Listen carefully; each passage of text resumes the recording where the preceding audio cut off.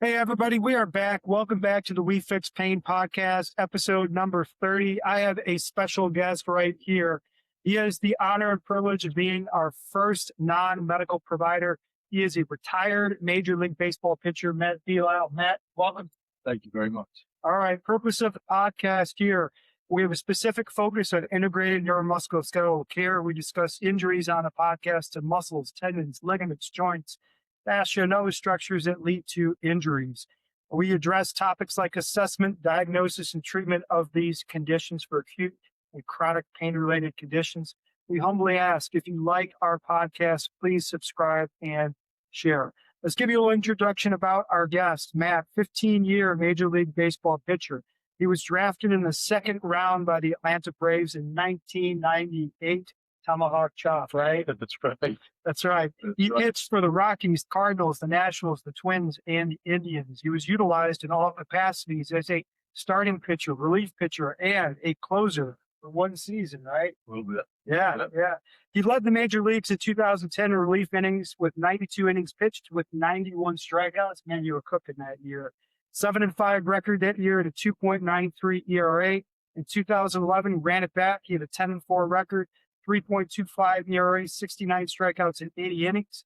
And in 2017, he actually finished the season as a closer with 9 saves. And a super cool and emotional moment. Hall of Fame catcher Joe Mauer, one of the best to do it at that position, folks. Google him. Selected Matt Belisle to be the pitcher on the mound for one final pitch as a catcher, sending Joe into retirement. Man, that had to be an awesome moment.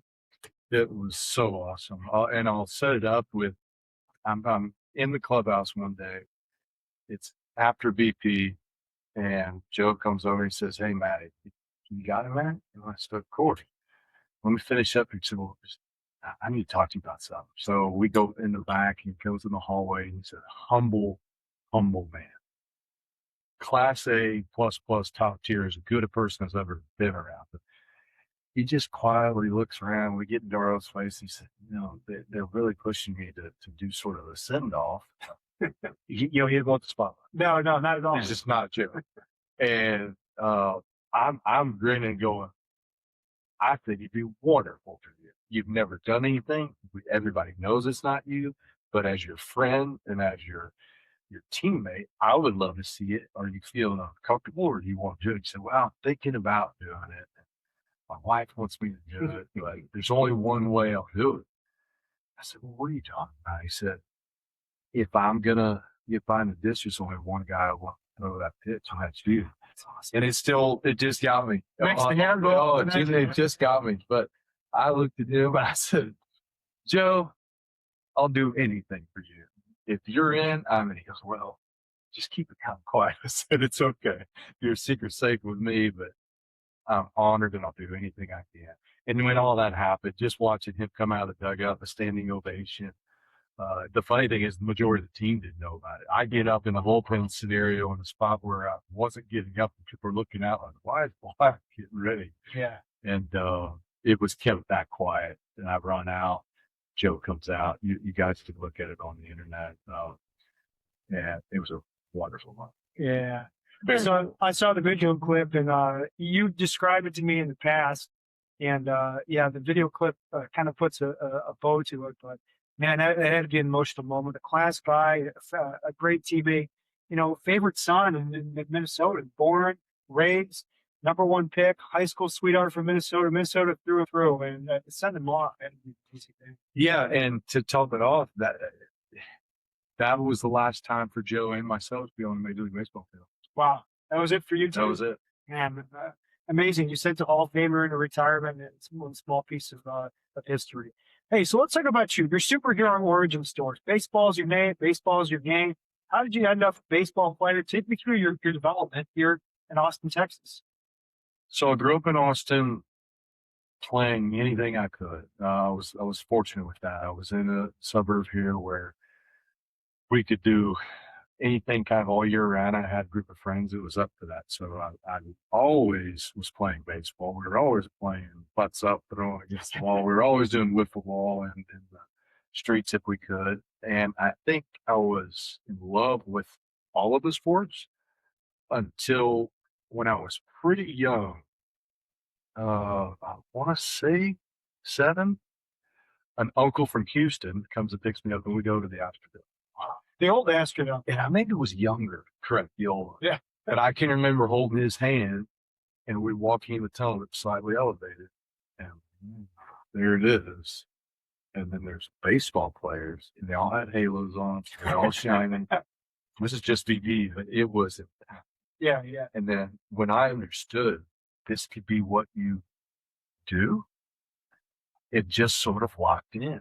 Then I got into learning about Nolan Ryan, and I was always into ranching, the outdoor hunting scene and all that. But it just really developed at a young age that baseball was going to be it. And there was something in me that my parents like to say was a maturity at a young age where it just, okay, that was the one. But I love playing all the sports. I continue to play all the sports minus tackle football come high school because my uncle, who's an orthopedic surgeon in East Texas, worked the high school games and just saw a lot of injuries. And by the time I hit high school, the freshman, I knew I was very serious about wanting to make the dream happen. But no, up until that point, soccer, tennis, golf, baseball, swimming, anything I could do.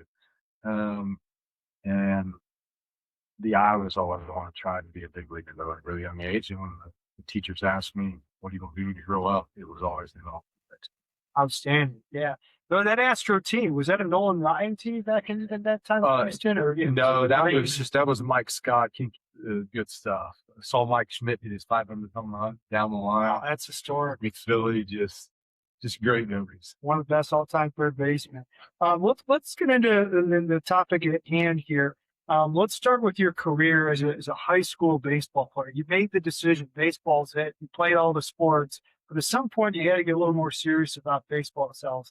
Take me through your high school career. What kind of stood out? Looking, from years now, several years retired, what stood out most about your high school career? What did you enjoy? What were your memories? What were your challenges? The late Tommy Boggs, Coach Boggs, who ran Slam Baseball, which was one of the first select league organizations, and now they're everywhere. He's what first comes to mind when I think about my high school baseball. He is a very big reason why my parents became confident at a young age that the people around town or the little league scene saying he's really good, and me having a dream. Tommy's the one who applied confidence that this kid got something. Yeah. Mom took me to him when I was very young, did a little lesson to say, look, he really loves it. People are telling me, but can you say, is it good or not? He said, you'd allow me to take your son in my program if he's that kid. He was an ex-big league baseball player. He was the first pick of the draft. I don't know when, Alexander High School. Really? I think picture for the number one overall pick. Holy cow. The Reds, excuse me. I want to say it was, or it was the first pitcher taken, but I want to say it was the first pick. Still first round pick. Yeah.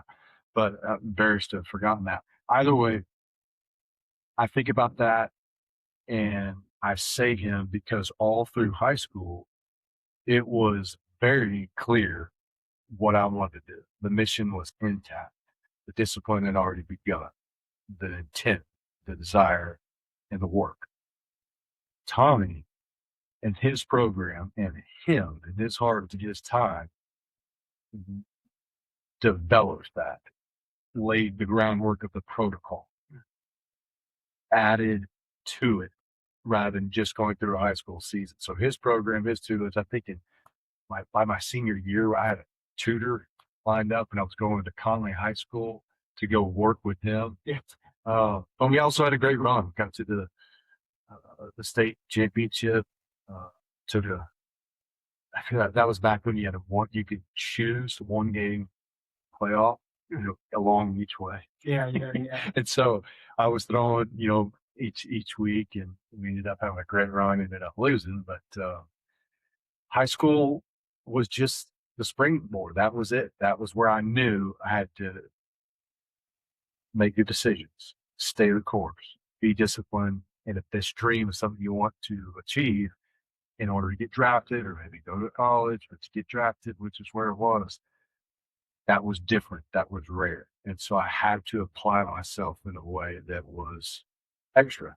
And I was fortunate to have been around guys like Tommy and people in my youth along the way that helped me understand that there was something else. There was another level of seriousness you had to apply instead of just being the kid. What was the work ethic like for you? Because the modern iteration of baseball in high school baseball is secondary to travel ball. And the modern iteration that we also start to see is the advent of you guessed it, select baseball pitching coaches. At that time, when you were going through high school in the 90s, was it more about individual development? Was it more, I'm going to strength training and condition on my own? Was it working with the private coaches?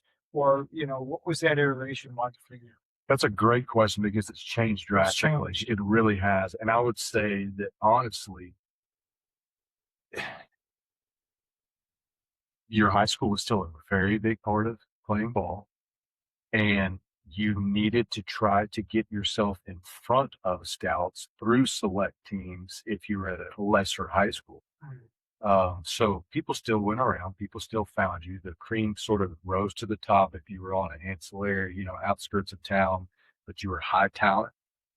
But it was just a privilege and an opportunity if your parents could afford it to get you into one of these programs and or have excess lessons. But a lot of it was on your own then still. It was okay, how do I read all about, the mental game or people who've done it? How do I surround myself with people that maybe can help me get there? And my parents helped me with that. My mother in particular really sought out guys like Tommy. But honestly, it's changed a lot. And I would just say that in my day, it was just getting started of these other opportunities to play a little more year round. Case in point, I quit basketball after my sophomore year of high school because they just begun really heavily in fall baseball. Yeah. And there were some tournaments and things. You could go to any gym and be in front of a ton of scouts. That was an opportunity that wasn't going to pass up. Do you think that afforded you potentially the opportunity to avoid early in your career shoulder and elbow problems that are very common in youth baseball? The fact that you got into year-round baseball a little bit later than we're seeing it at 8, 9, 10 years of age. You think that shielded you a little bit or protected you a little bit? I want to think it absolutely did. And I will say again, Tommy knew I had a great arm. And I was a good ball player. I was possibly going to be drafted from a few guys as a baseman, but he knew that was going to throw. He was working on my development as a pitcher, but low volume, and I didn't become a full pitcher in high school until my sophomore season.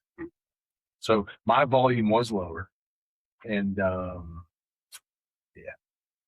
I think without question, because the landscape was different then, there weren't as many pitches on this arm.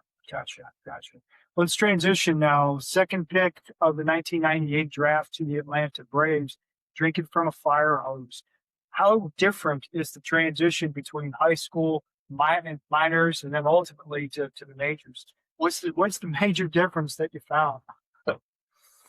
Well, you show up, and you're in that clubhouse, you're getting acclimated, and you just see people from all over the world sitting here to do what you're doing, and the different body types and the different ages. And yeah, you're not in Kansas anymore.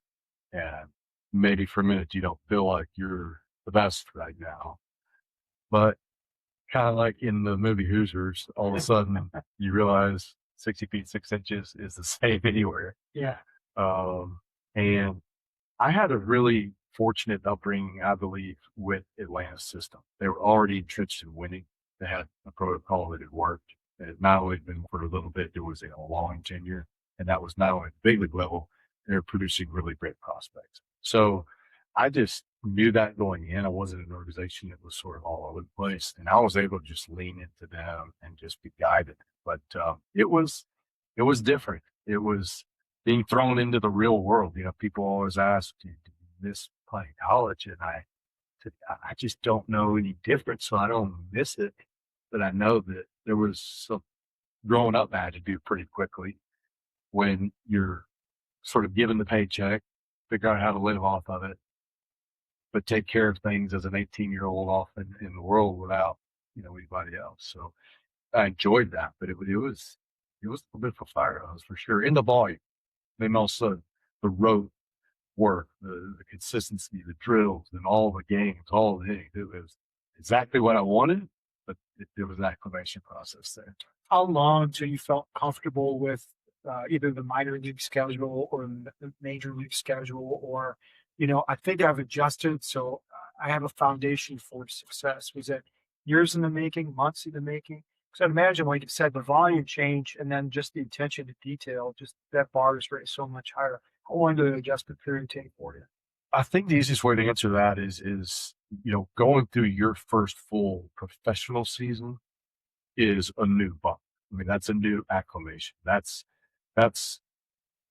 physical fatigue on the busing across the country, bunking in the hotels, just the innings and just all those games. So once you go through that, you sort of feel, okay, I'm kind of fatigued and worn out, but I did and we're ready to go. And as long as you're in the minors all the way through AAA, it's basically the same. Travel just changes things. The big leagues was a whole different deal. The first year playing in the big leagues, I think mentally, I was way more taxed and physically at the end just because everything's heightened. I mean, there's 2 more levels on the stadium seats, and you'd have to perform, and there was pressure probably that I put on myself more than needed. But it's probably subjective, but each level, or I guess each volume, takes an acclimation process that you have to adapt to. Now, one of the things that's unique about baseball, and I give baseball players a lot of credit, 162 games, 81 home, 81 on the road. You start spring training in February. You start off-season training in December, right? You get maybe a month off of reduced volume, the grind. How did you deal with the grind? Are there habits that you use, nutrition and sleep, conditioning? How did you deal with the grind? What physical tools and then what psychological tools did you use to deal with the grind? Yeah, it's such a good question, and there's a lot to that. And I appreciate when people understand 162 games, and when I was playing in 108 days, and a lot of those off days Travel. were travel. And you're then still fatigued. for everybody out there, Sleep. yeah, it could be you're going from Central to Florida, and you're going Florida back to Central, and then you stay there for a little bit, but then sometimes you're going all the way west. It's Boston, Oakland. yeah. I know. Well, right.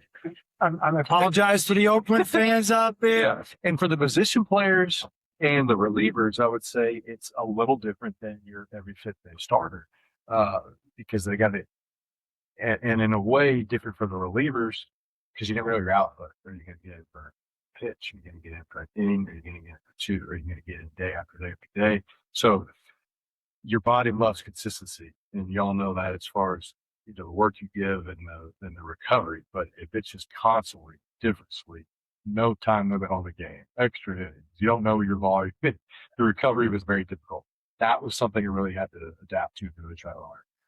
So to answer more of your question, recovery became paramount. And when I ended up getting over to the Rockies, there was a huge opportunity there to learn more finite, get more depth of true understanding of myself and my recovery, because you're at altitude.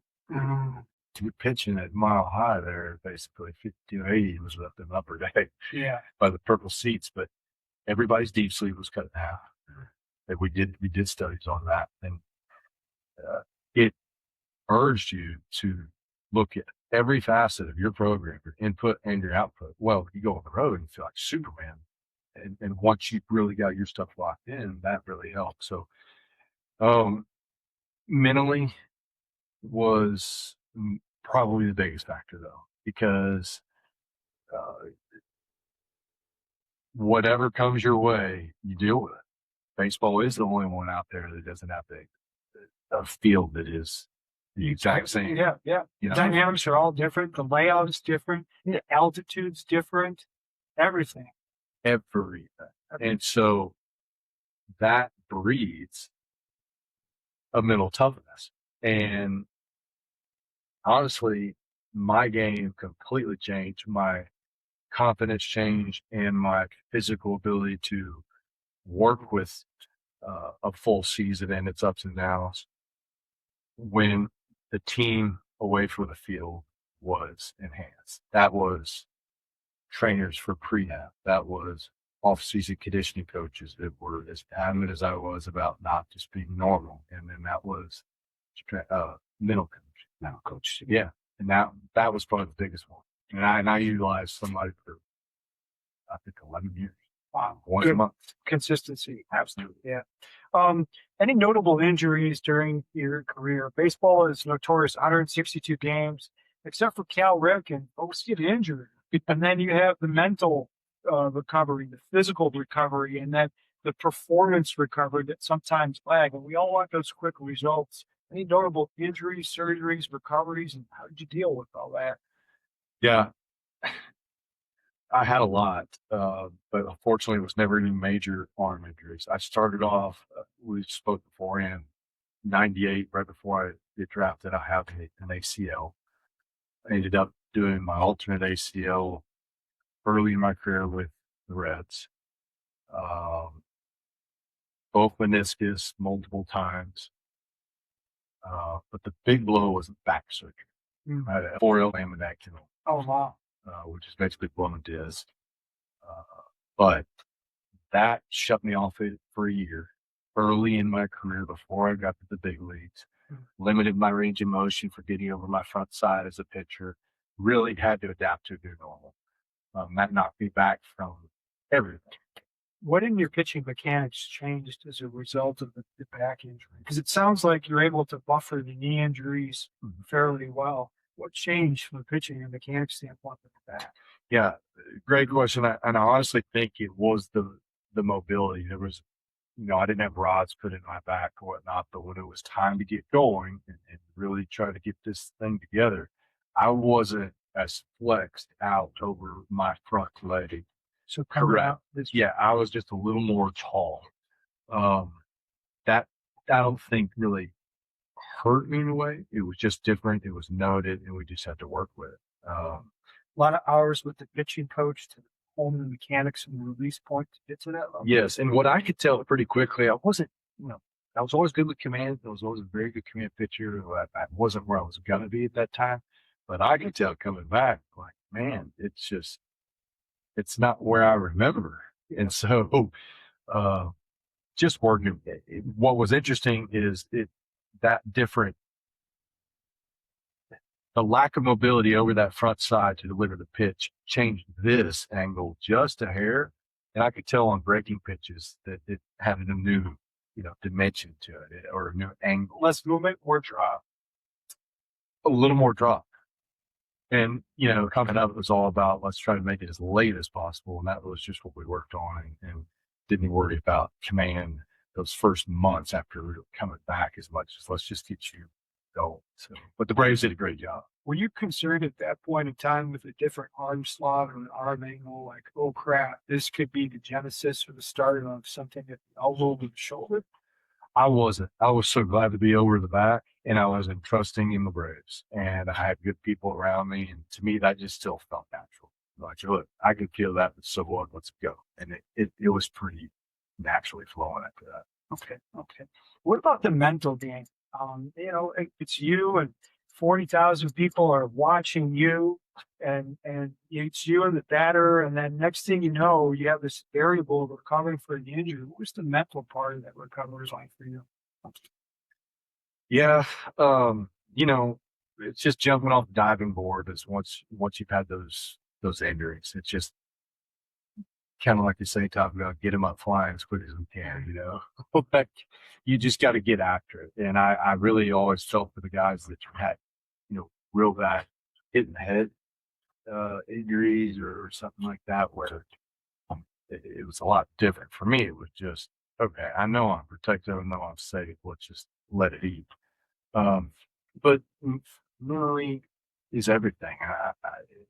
I could have a whole podcast just on the mental game of baseball and what It's a unique bird, isn't it? yeah, and what it taught me, what I had to teach myself in order to succeed, grind, not get too low, bring myself up when I could.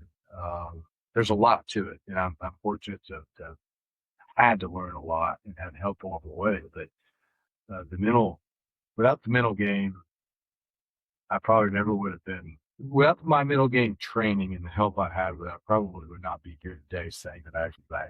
Yeah, I wouldn't have been optimized, put it that way, because I was tough on myself. But I was good at once I got over an injury, if I felt my teammate, being my rehabilitation lead, was on it, then I was confident.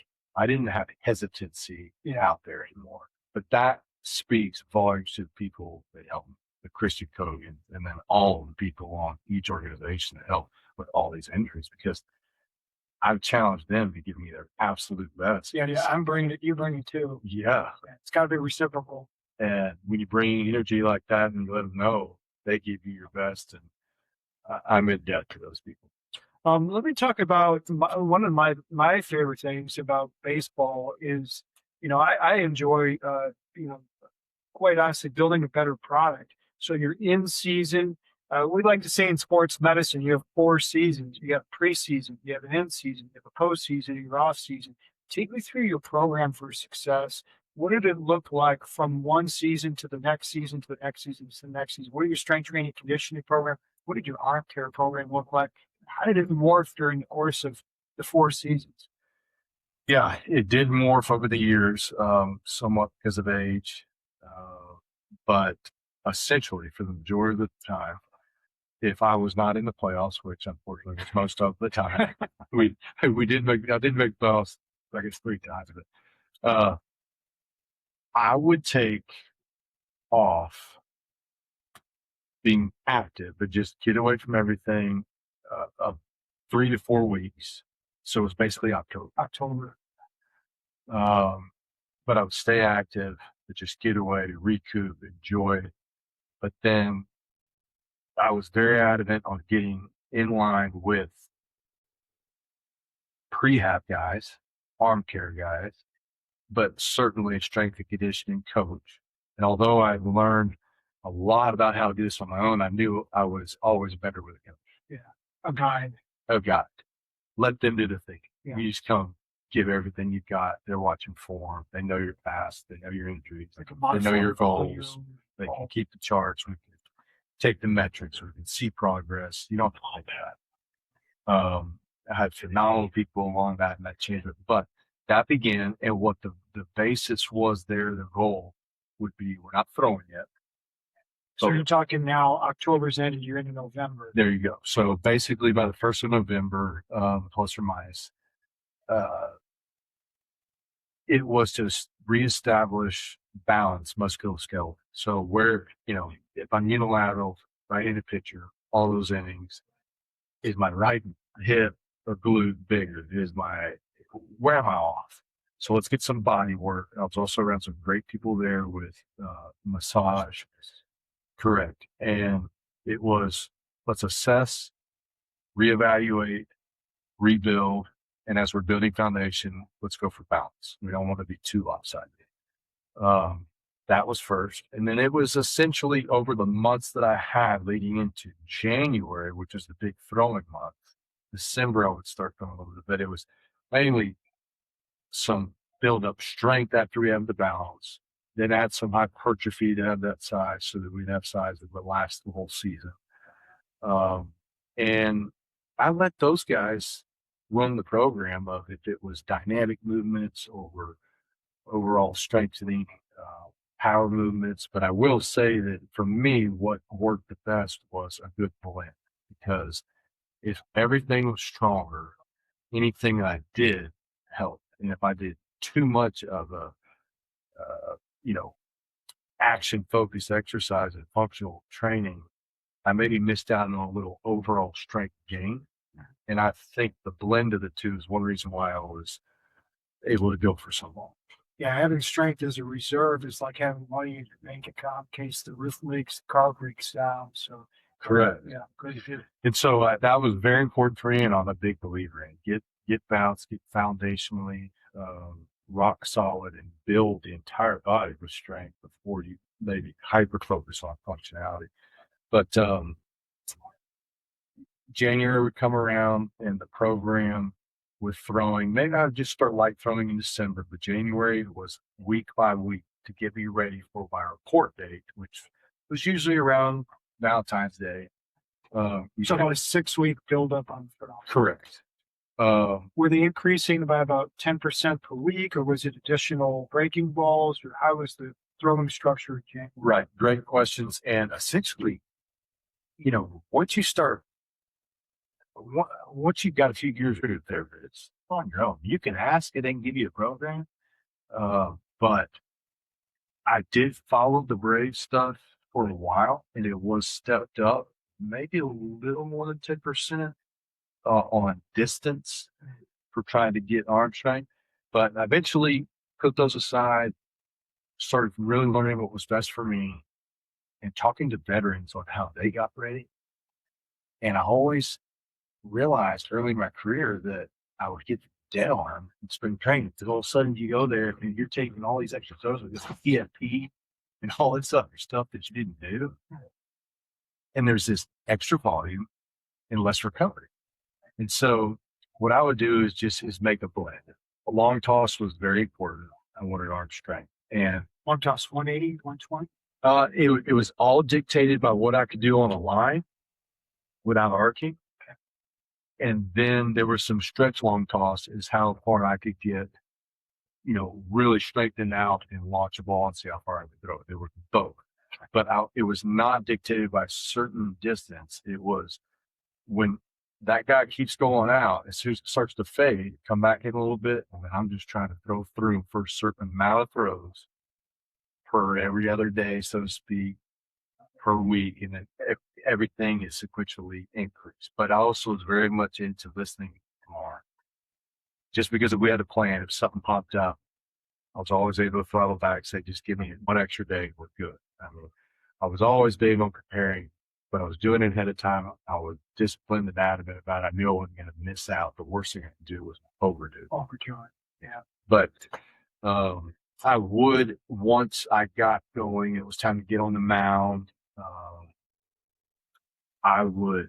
Mid-February now. Yeah, I think mid-February conversation. And I would get on the mound a little earlier just because I wanted to. You know, they say that the great artists are never too far away from the brush. It was just, I love being on the mound. You can't go in the cage and just take a bunch of swings, you know, but I can get on the mound, not wear out my arm, work on my balance, but I could at least do some light throwing off that and really work on hitting a spot. I would often go with somebody who was just as, you know, adamant about me on doing this correctly. And if I had a great catcher, which, you know, at the time, Luke Carlin was incredible. It's with the Indians for a while. We would develop our bullpens to where tipping to the apex to, you know, before reporting spring training, we were firing on all cylinders. I was throwing all pitches, and I was having Luke go over major league rosters, and we were pitching to him. I was trying to do a deliberate practice that got me more ready than I thought anybody else reporting spring training, so that I wanted always to be over prepared, the arms ready, so that the amount of volume we had in spring training was actually maybe a little less than so I never had a deadline here. And that first live BP session that you have with the hitters before you start real games, I was full tilt, and that's what I wanted, and that always worked for me. How long did it take you to find that was your villain? That was a couple of years into your career, like that's how you need to execute? Great question. I would say honestly that took about 5 years to hone into the program I just spoke about. Yeah. And the years before that, it was just maybe not so much to be so ready in spring, but there was the long talk, there was the conditioning. Uh, and certainly there was conditioning. It wasn't just weight training, but you just get wiser. When you get older, you know what works, what doesn't. You want your team to be looking on what else is available, modality wise, recovery wise. But let's stick to your guns. Let's fast forward. So we got into February. Now the season starts. We're talking about end of March. What does strength training, conditioning, what does arm care, what does preparation look like? So we have 4 seasons. You went through the off season, you went through the preseason. Let's go with the regular season, the postseason. What does your program look like? This morphed as well. I would say during the mid part of my career, I would be weight training. We would condition as a group as pitchers beforehand. So that's your running and whatnot.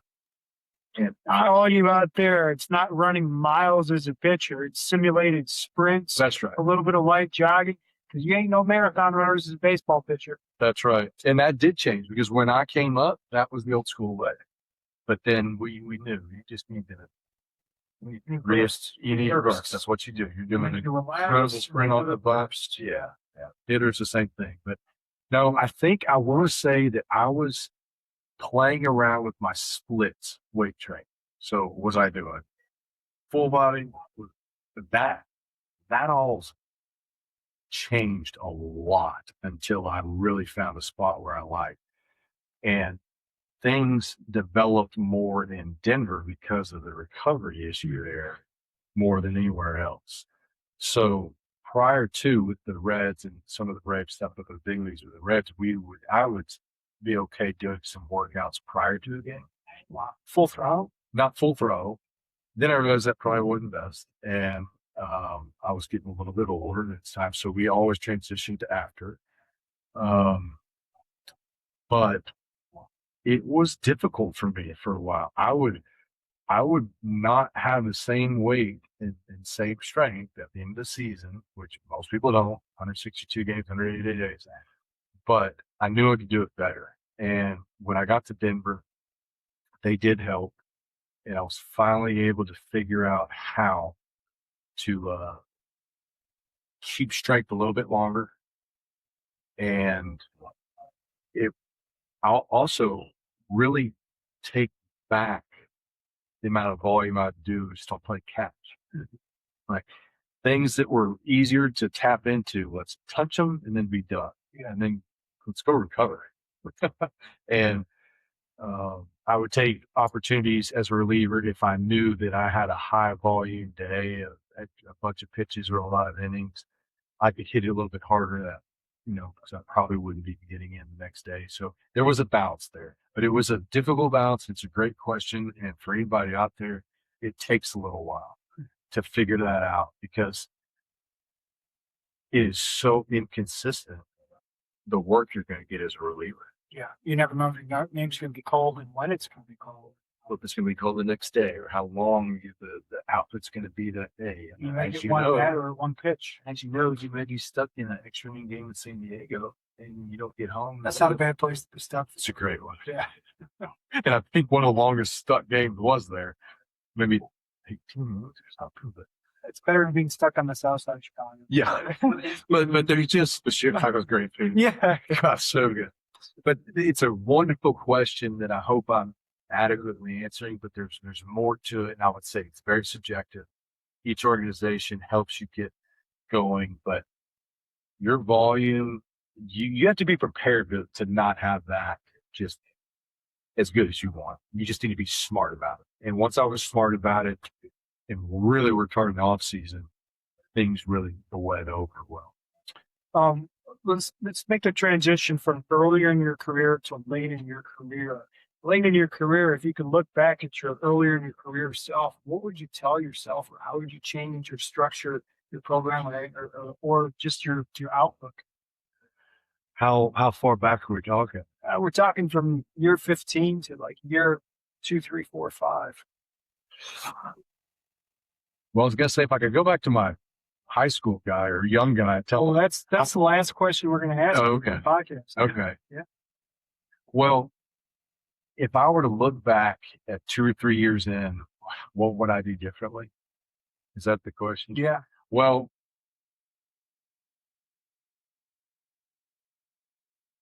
I would say don't wait to get mad. Interesting. And I say that because I found out that rage and fury was a bottle I could drink out of that really helped me. Like the Nolan Ryan Express. And I always knew that you read that, be a different ego or a different personality when you compete. And I was a competitive guy. I was very competitive with myself, but take it more personal. Take every single one a little bit more personal. Every single matchup. And you can be as good as anybody out there, but you gotta let it eat. That'd be for me. We're going to go back to the Wayback Machine here in a little bit. And the Wayback Machine is one of the reasons why we have you on here is there's an epidemic currently. It sickens me as a sports medicine professional of shoulder and elbow injuries. And I think the quote is over the last 20, 25 years, there's been a 400% incidence of Tommy John. And for those of you that don't know, Tommy John was a baseball pitcher who pitched 8 seasons, and a revolutionary procedure was created to extend his career. It was a way of keeping him going, and keeping him in the game, keeping track pitching, and it was created the Tommy John procedure specifically for him. Now we're seeing 13, 14, 15-year-old boys that routinely need this procedure. So what advice can we give our youth baseball players and our parents and the youth baseball ecosystem to limit or avoid that? Because you shielded yourself from a bunch of this over the career. And I think there's some tips and tricks that you've either come across or that you were successful in looking back that we can pass to the next generation. How would we consult this generation? Yeah, well, I really appreciate your adamancy on bringing this up. And I will say it's very challenging because at this time, we're in a space where the emphasis for young arms in particular, but even the hitters, but we are talking about arms right now, is stuff in order to be seen to get into the top tier colleges and in order to, get drafted, so to speak. We're looking at stuff getting you in. And okay, good. Yeah. But so if you've got someone young who wants to do it, just like I've stated here, and there's pressure from the parents to get him involved in these programs that are building up the arm strength, get him on an equal level playing field to hopefully realize his dream. I was a residual of Tommy's hand over me, protecting me from falling. It was like Mickey and Rocky. Mickey was the trainer, protected Rocky from what he could see or what he couldn't see. More important. Probably can't protect somebody as much right now, and maybe it's okay to have them start earlier. I have a very, very good couple friends with kids in the amateur space. One of them, Brad Hop, who's son Drake Hop right now. Everybody should check him out. Next year, he's probably going to be way, way up there in the draft. But I think the volume is something that we really need to look at, and you need to look at the maturity of your individual child, the puberty. I think so much is being happened now where the emphasis on getting these weighted ball programs and strength up, and I'm hoping that the whole supplement side of this and is not going too far where I feel like the bodies are getting so big so quick, and the volume of pitches of trying to go full exertion pitches are superseding their tendons and their ligaments when they haven't even gotten into, maturing past puberty yet. And I think this is more of a common sense look than it is, I think it's a common sense approach of we need to absolutely do everything we can, but do not allow for those summer coaches to take the kid's good arm and over abuse it. Do look at pitch limits. And I also think when you at a young age get so consistent on only one sport, one movement, you begin to limit and take away from other movements of athleticism that I think can hurt you later on. And I just believe that the most durable arms that I've seen have also been some of the best athletes and more well-rounded kids that ended up being great, arms in the big leagues moving forward. And I think I've seen some examples about that now. I don't want to sit here and talk about, an era that is now changed, but I've seen some people that can say, look, if you do have the right arm, if you do have future, we do have to light up the gun a little bit. We do have to work on strength and conditioning, but you've got to work on lowering the volume. You've got to work on throttling back when the coaches are giving you pressure. You don't have to go to every single tournament. You don't have to do it. The cream will rise to the top, but you have to nature and nurture to protect that, especially if you just and look, it costs a lot of money to do all these things now. It costs a lot of money to provide the instruction, all the new programs that you can get on or send them off to, or travel. And it's also going to cost a lot more if at an amateur stage you have to get a surgery. Yeah. So there's a balance. And I think parents and coaches sometimes aren't worried about the balance because they assume we can just surgically fix it. And I don't think that's the right answer. No. And I'm pretty sure it's not. And there's some negative residuals down the line that happen. And I still help out with some big league, with the Colorado Rockies every now and then. And they look at it, yeah, he's one that was super armed, but he's already had it. And they're talking about Tommy John. They know it's just sort of a ticking time bomb of problems, most likely, because I don't know how the parents are pumping out all these avatars now. They are bigger, faster, stronger, but it is coming with more of an epidemic issue with the Tommy John ligament. And I think there is a better route that they can take and still be successful, still get drafted, and not have that overuse problem down the line. I think it's we all want to dumb it down to kind of one solution and one problem, but I think like you hit the nail on the head. It's a confluence of factors.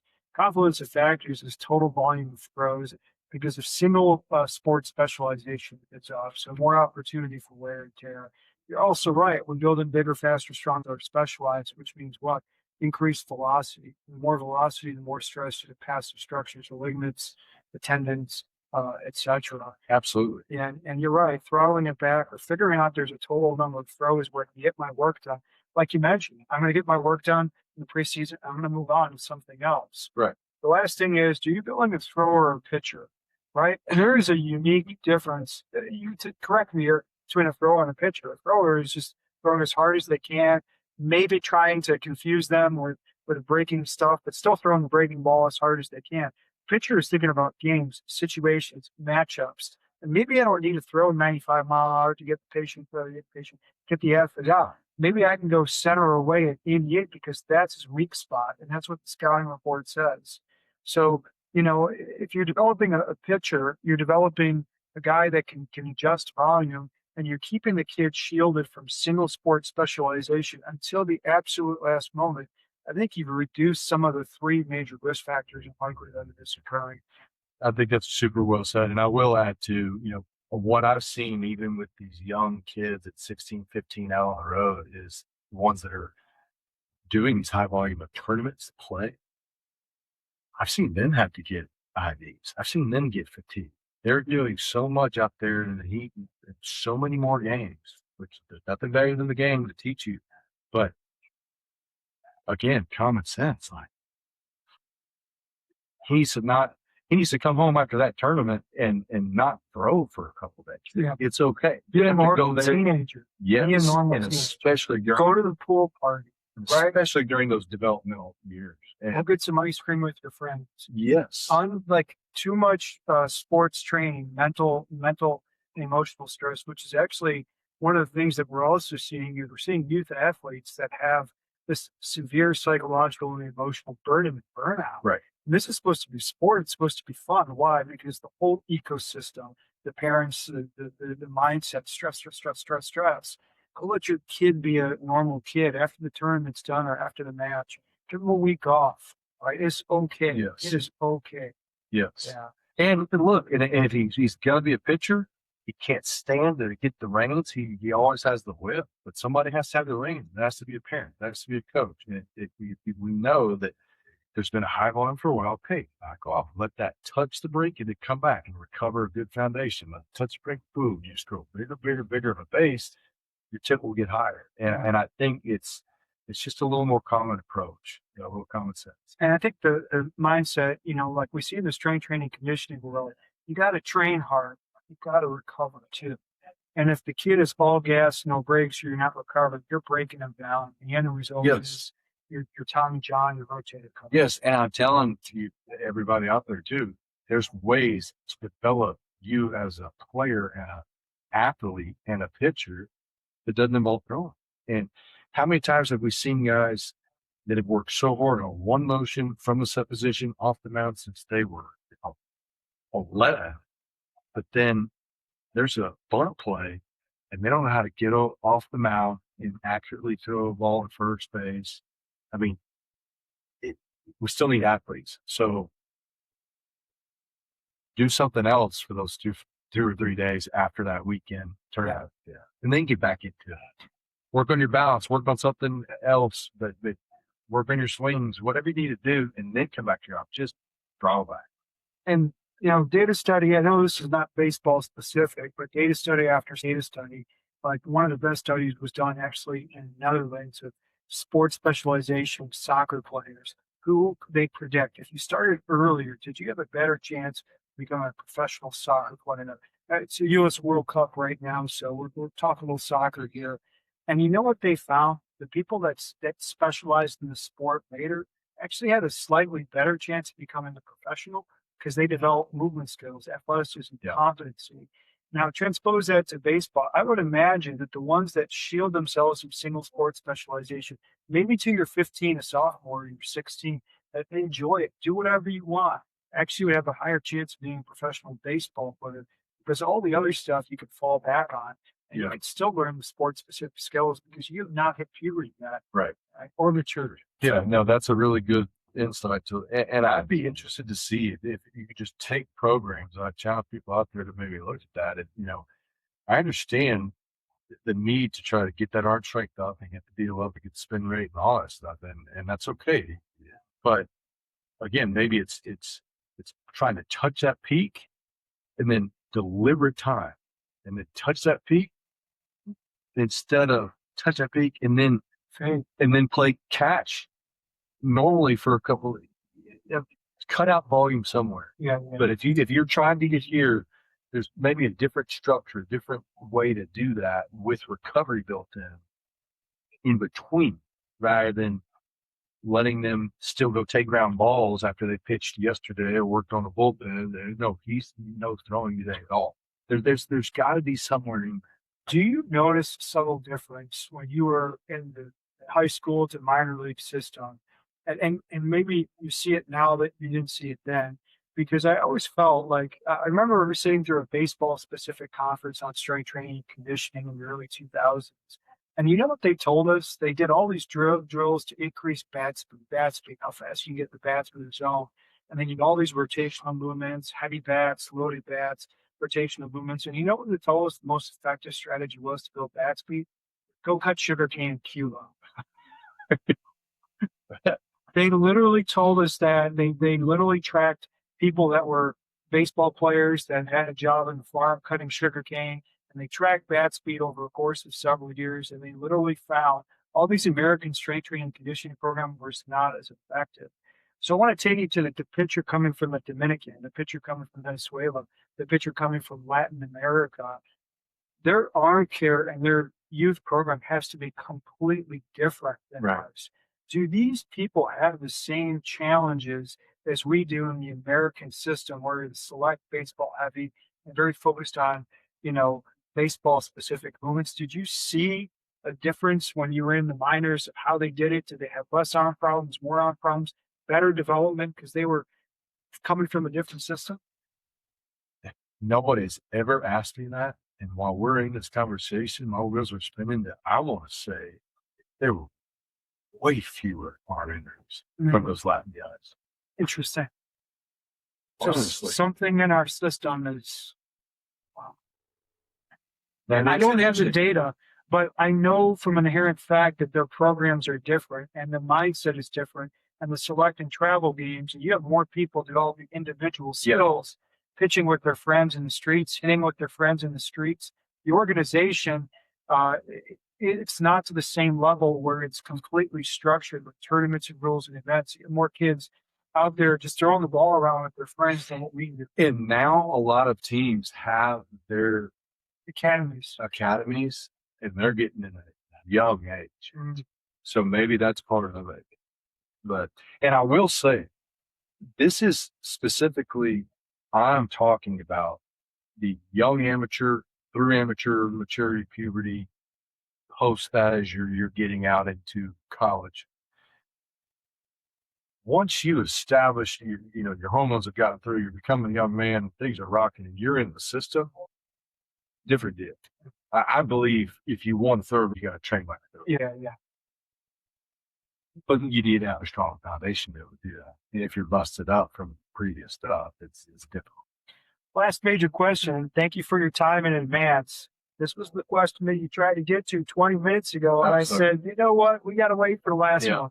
What advice would you give your younger self, high school self, and your younger early major league career self? What advice would you give looking back? Yeah, well, the young one that I was alluding to earlier in a little bit of levity was learn to change it up and learn and work on it way more than any of the other stuff. I still wish I had a great change-up. It was my last go-to pitch. And I just still think it's devastating. And it's just such a good one for the youth to be working on, because there's no extra issue that could be happening if you just do a straight change and ask any of the hitters. Great spin fastball, great spin, same change up, devastating. So really would tell my 13-year-old, 12-year-old self that, which is kind of funny. But, and a little bit back to the older guy, the 21-year-old, it would be the same thing of, in the end, you can go through about what's the best thing. Is it a first pitch strike? Is it a strong arm? Well, what's going to get you the big league? What's going to keep you there? Compete. Yeah. In the end, it's mindset.